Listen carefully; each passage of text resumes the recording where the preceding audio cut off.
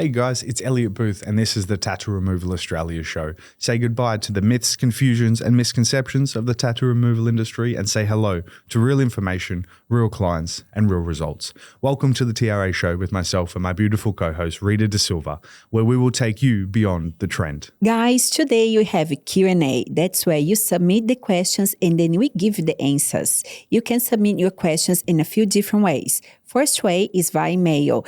Email us to askelliot@tattooremovalaus.com.au. Thank you, Rita. Or you can go on YouTube and drop your questions in the comment sections under our YouTube videos. We'll always pick some out of there. Thank you for joining us. A little bit about the show. We have shows within the show. Today's Q&A. Other times we'll have real clients from the clinic come in and talk to us about their tattoo removal journeys and their experiences. You'll notice on the show we run no ads. We basically provide this show to be a wealth of knowledge in an often confusing and cryptic industry. And there is no fee other than we ask you to leave a Google review. I know it's a strange call to action, but the reason we ask for a Google review, which you can find in the comments under our YouTube video, is to help drive my knowledge into the industry. Your one simple review basically helps new clients find me, which then helps me complete more successful removals. So leave your Google review, share the show, and thanks for joining us.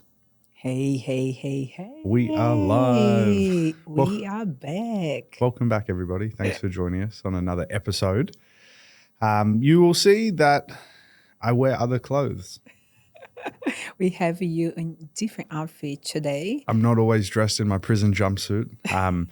We just came from a lunch before we came in here, and we didn't have time to get changed, so thought we'd mix it up. Exactly, not wearing my usual outfit, but that's it's okay. still looking pretty. Getting a bit sick of it, to be honest. The old thread on the social media is... It's nice to mix it up, right? Yeah, and it's eye-catching, but it's a bit. Very orange. So... Yeah. Yeah, it looks nice. How's everything, Rita? How are you? Yeah, it's been awesome. How are you? Yeah, I'm very good. Yeah. Yeah, I am on the second week of January and getting excited for our trip to Japan. Yeah, which will be like beginning of February. I don't think we've broken this news to our listeners. Surprise. Konnichiwa. Yeah. So we are going to Japan in a few weeks. We are. 3.5 weeks. Yeah, 3.5 weeks. And yesterday we caught up with the family. There'll be like a family trip, Elle's family. And your family. And my family too, yeah. Rude. And we are going as a family and we are just to get the places and the little details about the trip. Yeah. So we were super pumped last night and super excited just to get to know different culture. Personally, I have like few Japanese clients and always being like so interesting about languages, about culture. So I think it's fascinating. Like these days, we have the chance to only get in a plane and visit different country. So it's so beautiful and yeah. I haven't been to Japan since I was a little kid. What I'm most excited about is how it's just so culturally different. We'll get on the plane and you pretty much get out of the plane and enter like a whole nother universe. Not just languages, but cultures and food. And I'm pretty excited. Yeah. Probably going to come back a few kilos heavier, but I'm cool with that. Extra sushis. I am prepared. Yeah. And also working on my... we have been working on my personal business page, which is about my personal training. Yes. And all the journey and working on like the feedbacks and reviews of my clients to help and enrich the page a little bit more. And thank goodness I have you by my side that has like such a large expertise on the topic as you have experience with your business. Yeah. And it's been so helpful because like working as a personal trainer, I don't believe that Google is the main market for the field that I'm working in. However, it's important to have a presence and have like my clients' testimonials about the experience and how the journey and share with other people. I would have to agree with you because everything to do with personal training, it's social media, right? But, does that leave an opportunity where, you're leaving potentially clients on the table that are traveling through Google? Doing what I've done for all these years, I've learned these like cool tools where there's keyword searches. So like I found out, the number's not high, but 590 people a month Google personal trainer Gold Coast. Yeah. So there's 590 people looking, for a trainer on the Gold Coast, which that's probably falling through a lot of fingertips. And then it got even bigger when we searched specific gyms. It gets up to the couple thousands. Searches per month for those specific gyms. The gym that you actually train at gets 2,900 searches a month. It sounds like an opportunity to me. So I'm glad I could help. So, and it's just like it makes a huge difference. Knowing few tricks, then you can enhance your viewers. Yeah. And so how did you learn about that? Like, because like I never, like yesterday you were explaining to me and then I was, whoa. For anybody listening that doesn't know what Google My Business is, GMB listings, other words, maps. Yeah. Pretty powerful stuff. And there's ways you can optimize your Google business listing pretty quickly. Rita had a Google listing created. It might have had 4 reviews or 10 or something like this. I had 8 reviews. 8 reviews. But it's more so the reviews are a huge part of it, but that's why I always ask for Google reviews. But also the content, and there's lots of products and services. There's lots of ways you can optimize your GMB profile, Google My Business profile. And I've learned that over time, many, many YouTube videos. And I've walked the walk with, if you tattoo removal Brisbane, laser tattoo removal Brisbane, eyebrow tattoo removal Brisbane, cosmetic tattoo removal Brisbane. If you search any of them, I'll be number 1. So that's basically what I'm helping Rita achieve with personal trainer Gold Coast or Gold Coast personal trainer. Because like when I was doing my certificate 3 and 4, I had we have like a quick introduction how to learn about marketing. Because like anything in life, we have to learn about how we sell ourselves in a very great, like a presentation kind of thing. If that's the word that I want to say, but like. Or representation, how you represent yourself. How I represent like my own brand. That's how you sell yourself. And then I have like a quick introduction. Okay, now you guys have to be on Google page. And so I just said that.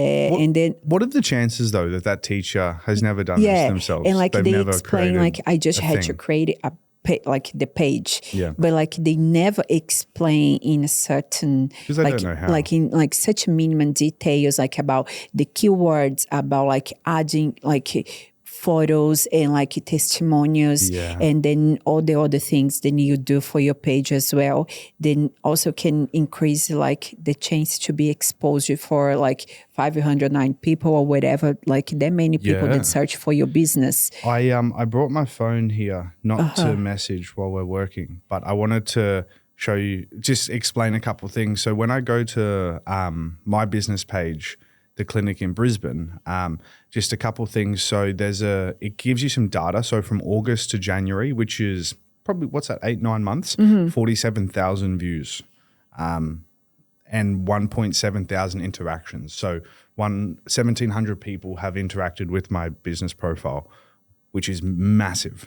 And that's, all to do with optimization. And I it's sound very helpful too for other clients and other customers as well. It could like benefit you if you're good at it. Part of the academy, the TRA Academy, they'll get all that information from me. Do you know, I bet you don't even know this, every single time that I drive to the clinic, maps. I have Google Maps directing me. I know where I'm going. I drive that way 4 days a week, but it's for the algorithm. Google thinks you're a customer searching and getting directions to your business. So if you drive to work every day and you're not following Google Maps, you're doing yourself a disservice. And nobody knows that. So there's knowledge there. I'm not, That's like you got to pay for the rest of it. Such a valuable knowledge and such like a simple thing then can bring so much value for your business, and when you're developing your business, when like you keep maintaining like then consistency of your business as well, right? When you're competing with optimized, so I have a funny feeling that, I mean, there might be one or two well-optimized personal trainer pages on the Gold Coast, but there very well could be none. If there's none, you'll be number one instantly. Yeah. If you're number 2 or 3, so if there is a couple of well-optimized businesses in your same field, in the same location, the one thing and the only thing that will differentiate your position over theirs is number of reviews. Yeah. So if you have 2 businesses that are both really well optimized, on maps, the only way that you'll get above the other person is more reviews, which is why my whole call to action is Google reviews, because I'm just at the top and no one can catch me in the most humble way possible. Yeah, that's the way. Awesome. And then like just finalizing your question as how I am. Yeah. I haven't finished yet. And then the third thing is like we have been experiencing you like not taking your ADHD medication for how long it's been? It's only been about last a week. Tuesday. Yeah, since last Tuesday. Yeah. Elle is doing like a review of his medication for the ones that you guys don't know. Like well, if you're not like a really close client of mine, you probably don't know. Yeah. I've had ADHD. Can you share like a little bit like the journey, how like was being diagnosed with ADHD?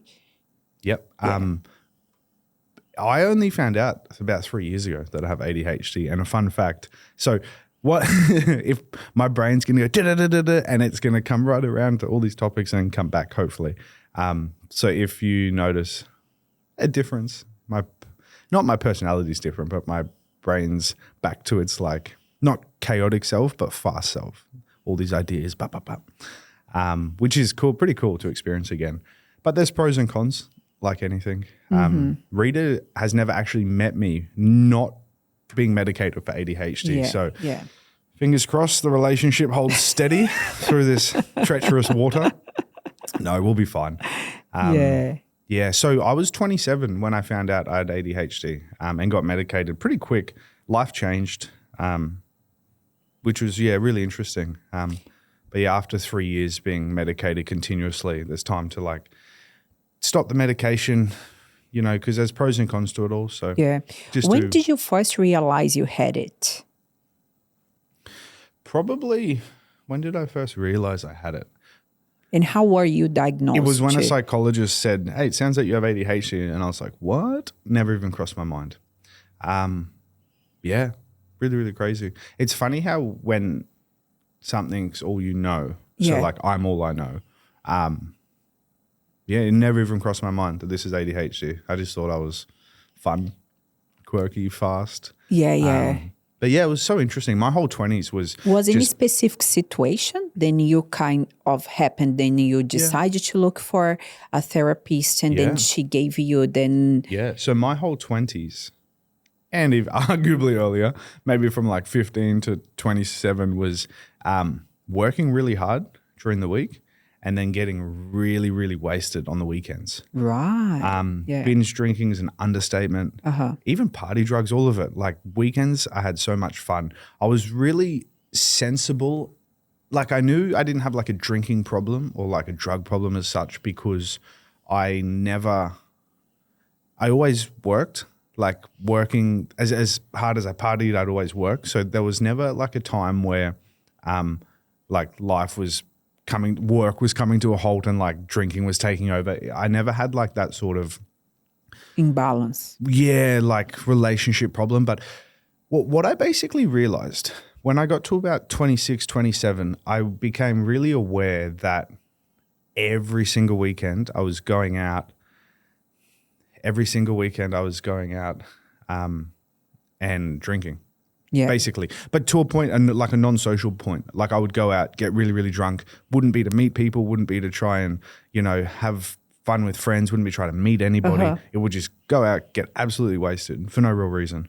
And then I was like, something's not right. Yeah. Like, I'm not actually enjoying this. I realize I'm not enjoying this. I'm spending all my money. Like, why am I doing this? So I knew there was something bigger controlling my actions, which was, when I went to a psychologist and I just went, something's going on. Like, I realized I don't want to do this, but I still am. And then she was just sitting there, and you've met her, lovely lady. Yeah. And she's just like, sounds like you have ADHD, Elliot. And then I just went, really? And then, everything fell into place.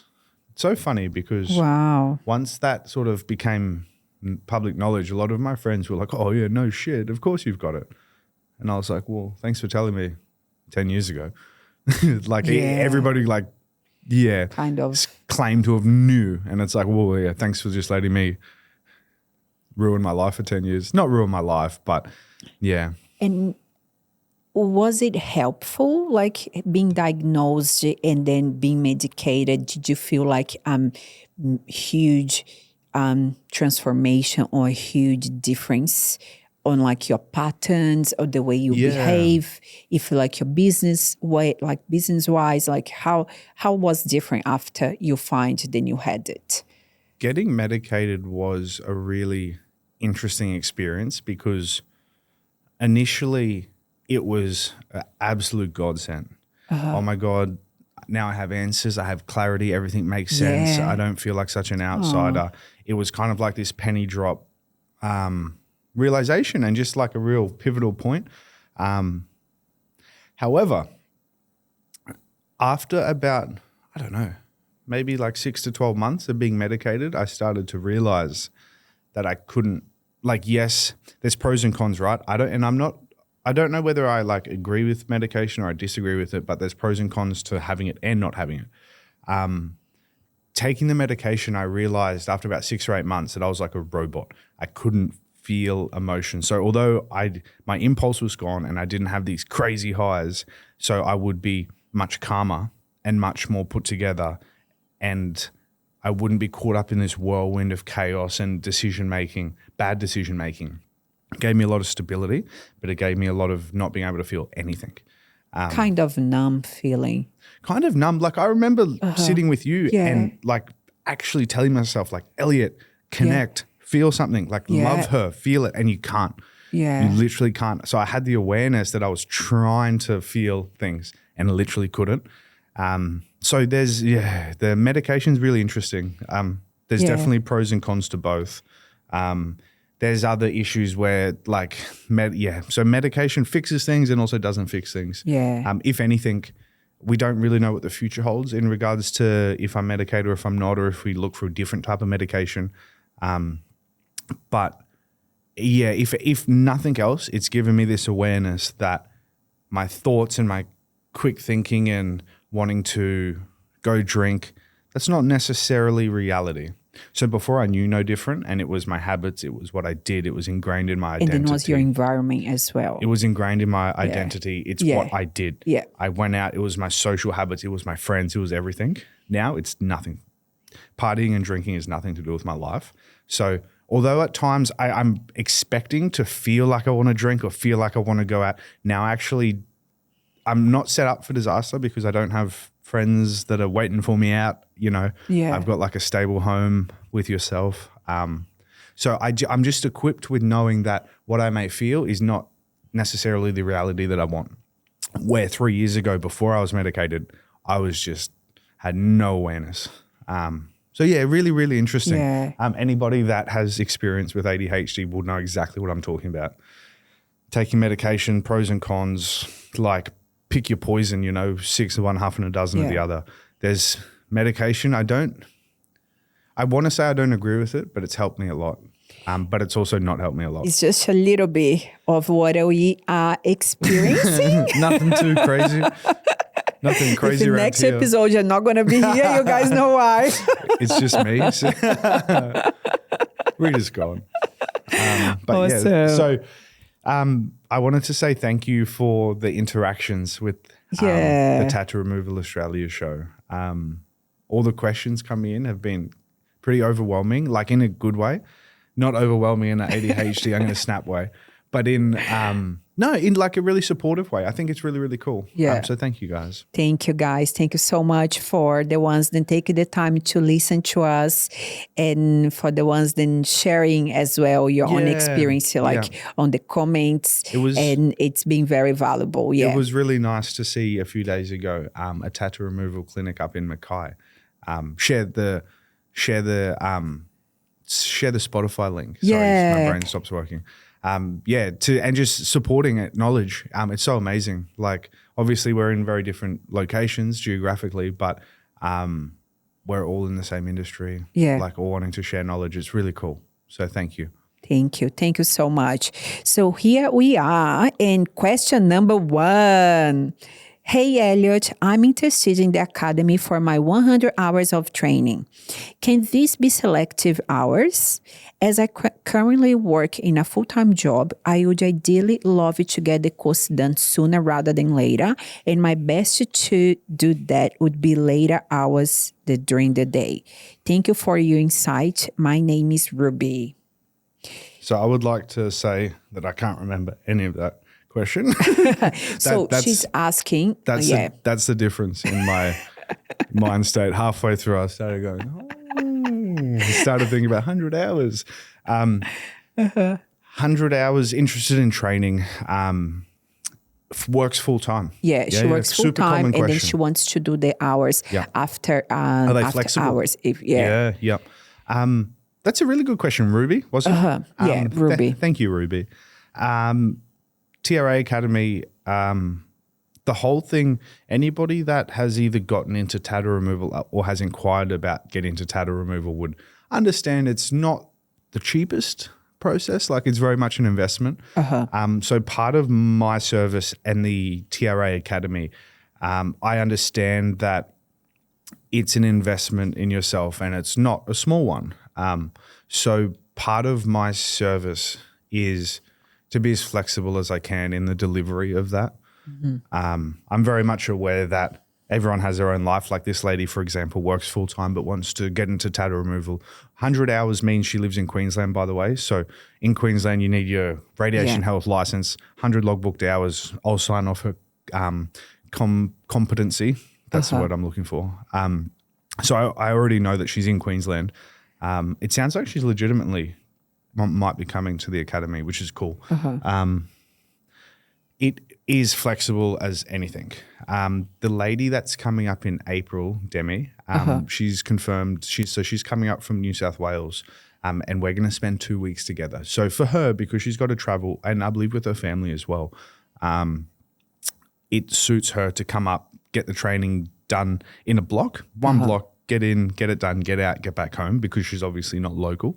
But if somebody, in the case of Ruby here, wanted to do, training or logbook hours, the 100 hours, it's very much flexible. By that I mean, it can be Saturdays. It could be every Saturday for 3 months. If that's what they wanted. It could be obviously every Tuesdays and Thursdays, from 5 until 7. Wednesdays and Thursdays. Yeah, Wednesdays and Thursdays. Yeah. So it can be very much tailored. Tuesdays I go.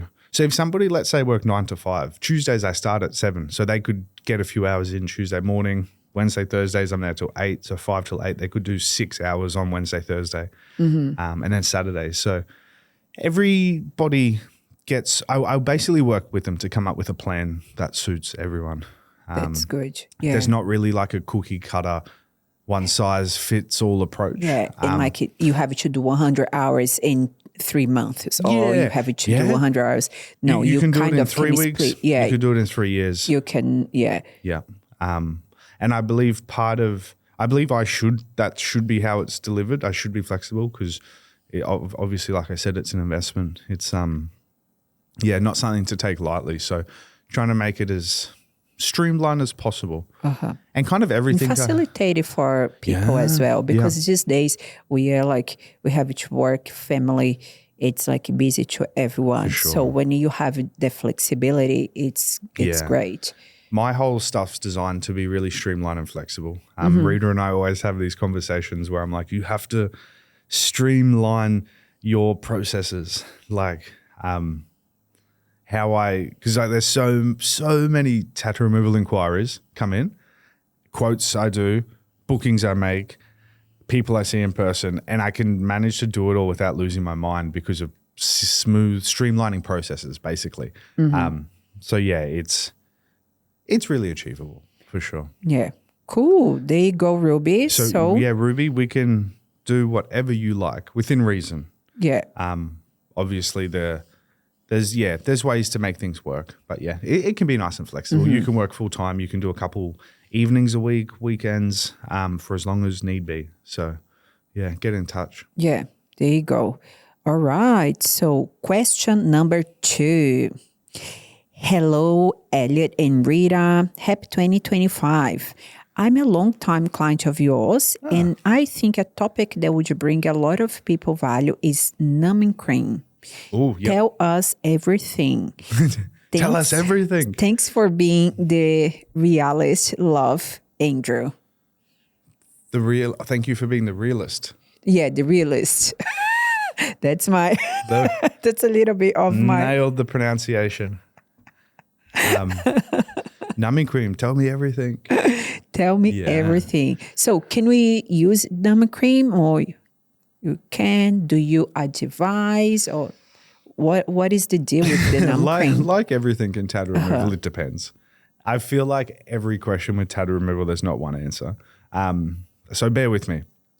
Tattoo removal, Numbing cream. ADHD brain. Numbing cream is very much usable. It can be used, but it's not always best. By that I mean there's pros and cons, like everything. I honestly find numbing cream, it has to be strong numbing cream. Don't just go to the chemist and get it over the counter. You may as well throw your money in the gutter. Get your hands on some strong numbing cream, and it will give you some numbing effect. Won't make it painless, but it definitely takes the intensity off the top of your treatment. Problem is, I find that most of my clients that use numbing cream have slower progress from each treatment. So although I don't have like a scientific answer to sort of say this is why numbing cream isn't as good, I truly believe that clients that use numbing cream get less fading, which boils down to less value for money. So less progress from each treatment. So if you think about it, you're taking a little bit of pain off the top of each treatment, but you're adding it on with extra treatments and extra cost because you're doing more treatments, so extra money. It basically boils down to numbing cream. Although it can help, it can have negative aspects where you may need to do more treatments, which basically costs more, takes longer. So numbing cream, to be honest, unless it's a really, really big back tattoo or mostly back, even ribs, I say don't really bother with numbing cream, at least for the first treatment. What I like to do, so touch wood, in 11 years, I've never had a client not been able to complete their treatment. So by that, I mean every single client that I've lasered has gotten through their first treatment. Nobody's finished halfway and said, I'm going home. This is so painful. Exactly. Yeah. Although they say it's painful, they've gotten through it. So what I always say, do your first treatment without numbing cream. At the end of that treatment, if you come to me and say, Elliot, I'm never coming back. I simply cannot do this. And that can be a multitude of reasons. People's pain thresholds individually are different. It can be where the tattoo is. It can be the size of the tattoo. So it's not guaranteed that you're going to come back and say, I can't do this without numbing cream. But if that's the case, if you want your tattoo gone desperately, you want your tattoo gone, that's top of the priority, but you simply cannot do it without numbing cream, then the numbing cream's a no-brainer. The little disadvantages of more treatments, in the grand scheme of things, if your ultimate goal is to get the tattoo gone, if that's what you want most, then a couple treatments, to make it achievable, it's worth it. If you do the first treatment and you go, yeah, it hurt, but I got through it, like I can come back, don't use numbing cream. All right. Okay. So although I don't like to throw numbing cream at everybody for the first treatment, to find out, we trial by fire, you could say, you do the first treatment. And if we decide that you need it, then I'll sort of guide you down those paths. But yeah, don't stress. You're going to be in the best hands with you. Pros and cons. Yeah. Everybody's sort of case by case. I won't just instantly tell them to get numbing cream. Yeah, there you go. So I find numbing cream's an interesting one because it can be like the placebo effect as well. I'm not saying some numbing creams don't work. That's sort of not what I'm insinuating. But for the super anxious, believing that you've done something to help relieves a lot of stress. So yeah, you can. Even just lather on some moisturizer, wrap it in Glad Wrap, come in, it might. It's numbing cream's an interesting one. It's definitely something to talk about with your tattoo removalist. And you just wait for the first treatment pretty much and then make the decision after that. Exactly. And on the flip side of that, if wherever you go to get tattoo removal it says, yes, you have to use numbing cream, just say, whoa. Do I? Listen to my advice. You may not actually need numbing cream and you may be able to do less treatments. I'm not saying tattoo removal providers are doing this. Don't jump to that extreme. But if they're telling you to use numbing cream, just know you might not need it and you could do less treatments. So that's a different way to look at it as well. Rather than sort of thinking that you need numbing cream, maybe lean away thinking that you don't and you can do less treatments. There you go. So there's a second way to look at it, Yeah. Awesome. Thank you, Andrew. Here's your answer. Yeah. So now we have question number 3. Hey, Rita and Elliot, fake tan. I want to get started with removing my tattoo removal, but I'm long-term fake tan abuser. I use fake tan weekly and want to know if this affects things. Thank you for answering my question from Juliet. Yeah. Long-term fake tan substance abuser. Can we do with fake tan? What is the fake tan's a really good question. So thank you, Juliet. The short answer is no, you can't use fake tan, but I'm a realist and I make things work. A lot of people, especially on the Gold Coast, come up to me in Brisbane because the tattoo removal places on the Gold Coast say you can't come in if you use fake tan and you can't get fake tanned afterwards. It's crazy. Being a bit of a realist and just by seeing this all the time, you can come in with fake tan. Less is better. But just know when you come in, I use some products and alcohol wipes and other things to basically get most of the fake tan off the tattooed area. But it's not something a tattoo removal treatment shouldn't be such an event that you have to start your life. That it starts affecting things. It's totally not necessary. Same with aftercare. Some clinics will cover it with a bandage and say, don't get it wet for 3 days. You can't shower for 3 days. You can't swim. So crazy. You totally can.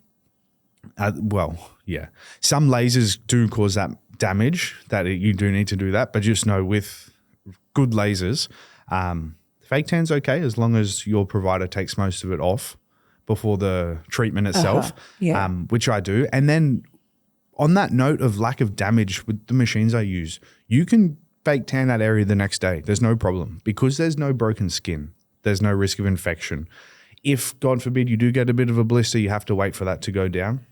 Blistering's not very common anymore. 10 years ago, it was rampant. So keep that in mind. Fake tan, although you sort of don't want too much on because it's just a bit more difficult to get off, it's not going to hinder your tattoo removal appointments. It's not going to affect the treatment. No. Well, it's not because I take most of it off. You obviously don't want so much on that I have to get the scrubbing brush out. But and also because of the laser as well. The laser does affect. So there is other lasers that will damage your skin, will break your skin. Then you definitely can't get fake tan until your skin's completely healed. The lasers we use are fine.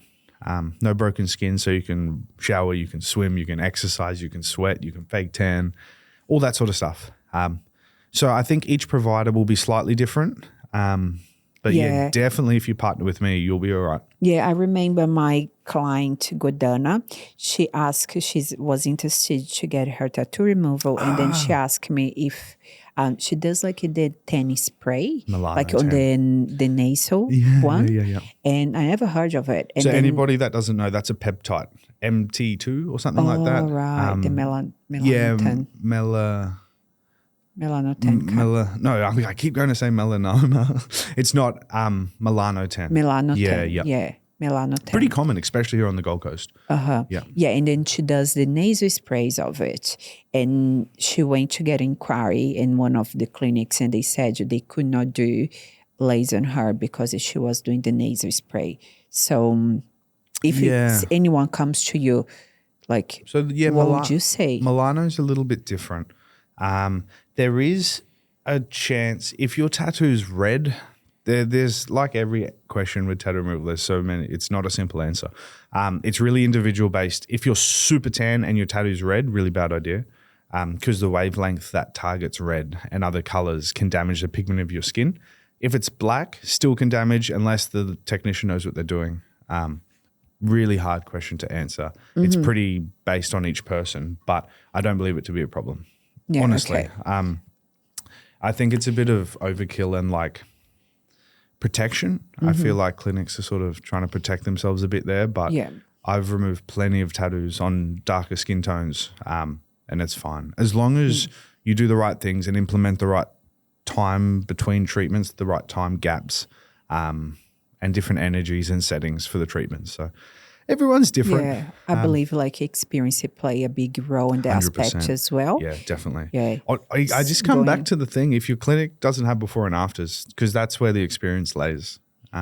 Yeah. Exactly. Make sure you're confident in your provider. If there's good before and afters that they personally achieved, not some part of their network, the clinic that you go to has before and afters, and you're confident, you know in your stomach, you know in your gut if they know what they're talking about. Yeah. There you go. Yeah, and that's what they were our questions. That's 3 for already. This episode. 3 questions. Over 40 minutes. Yeah, okay, awesome. Well, thank you so much, guys. We really appreciate your engagement. What was the name of the last person? The last, Juliet. Juliet. Thank you, Juliet. Thank you, Juliet. Juliet, Andrew, and Ruby. Yeah. Thank you so much, guys. Thank you. Just remember to comment your questions in the comment sections on YouTube. That's where we're picking all of our questions out of, and you can email them. But hit up YouTube. We're trying to get our engagement up a bit more, get on top of that algorithm. There you go. Yeah, thank you so much, guys, for listening to us. It's been a pleasure being here, and see you next episode.